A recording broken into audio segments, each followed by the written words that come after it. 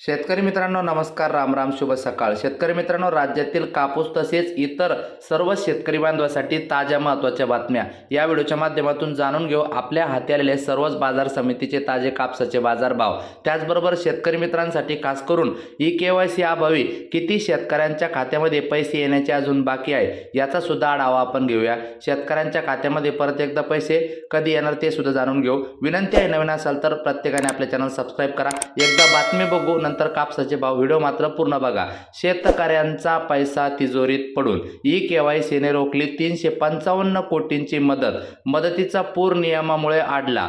अतिवृष्टीने ग्रासलेल्या मराठवाड्याची सर्वाधिक रक्कम. मित्रांनो, खास करून अतिवृष्टीसह पूर परिस्थितीमुळे बाधित झालेल्या राज्यातील शेतकऱ्यांसाठी शासनाने 31,628 कोटीचे पॅकेज जाहीर करून निधी उपलब्ध करून दिला.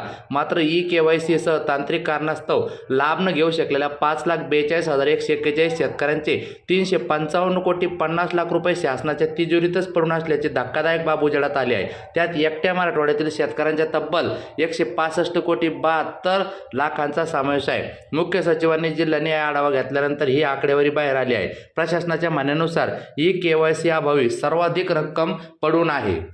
विभागाने विचार जर केला मित्रांनो, तर जवळपास नाशिकमध्ये 50 कोटी 21 लाख, नागपूर येथे 33 कोटी 1 लाख, अमरावती या ठिकाणी 83 कोटी 9 लाख, त्याचबरोबर छत्रपती संभाजीनगर 165 कोटी 72 लाख, पुणे येथे 20 कोटी 29 लाख, तर कोकण येथे 3 कोटी 27 लाख रुपये अशा पद्धतीची रक्कम अजून वितरित होणे बाकी आहे.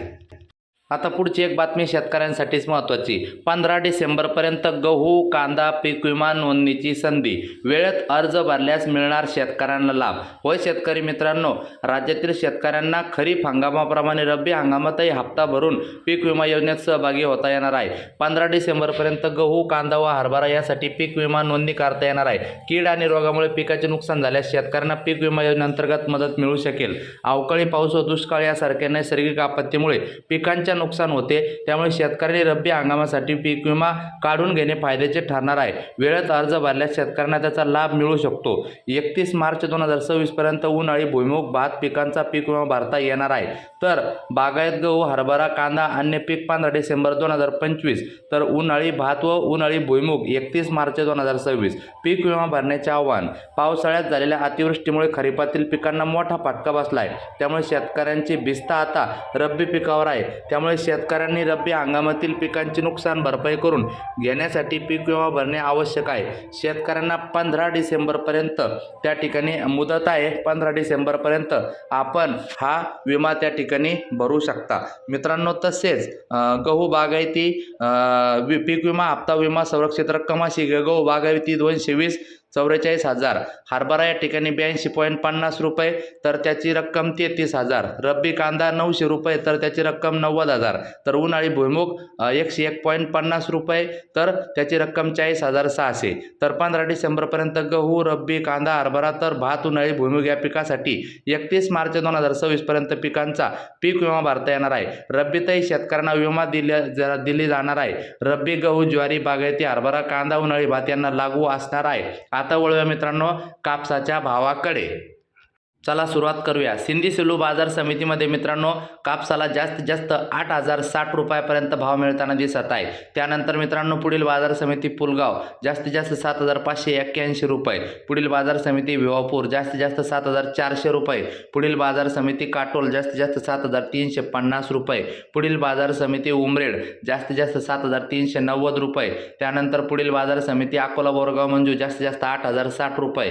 पुढील बाजार समिती अकोला जास्तीत जास्त 8,010 रुपये. पुढील बाजार समिती मित्रांनो जालना जास्तीत जास्त 8,010 रुपये.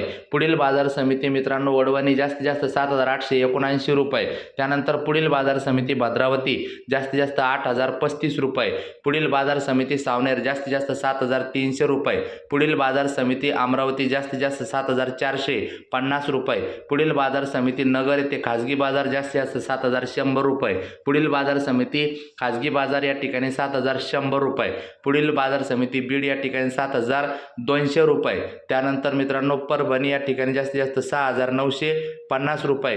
त्यानंतर किसान मार्केट यार्ड पुसद या ठिकाणी यवतमाळ 6,850. भेटूया पुढच्या व्हिडिओमध्ये. धन्यवाद.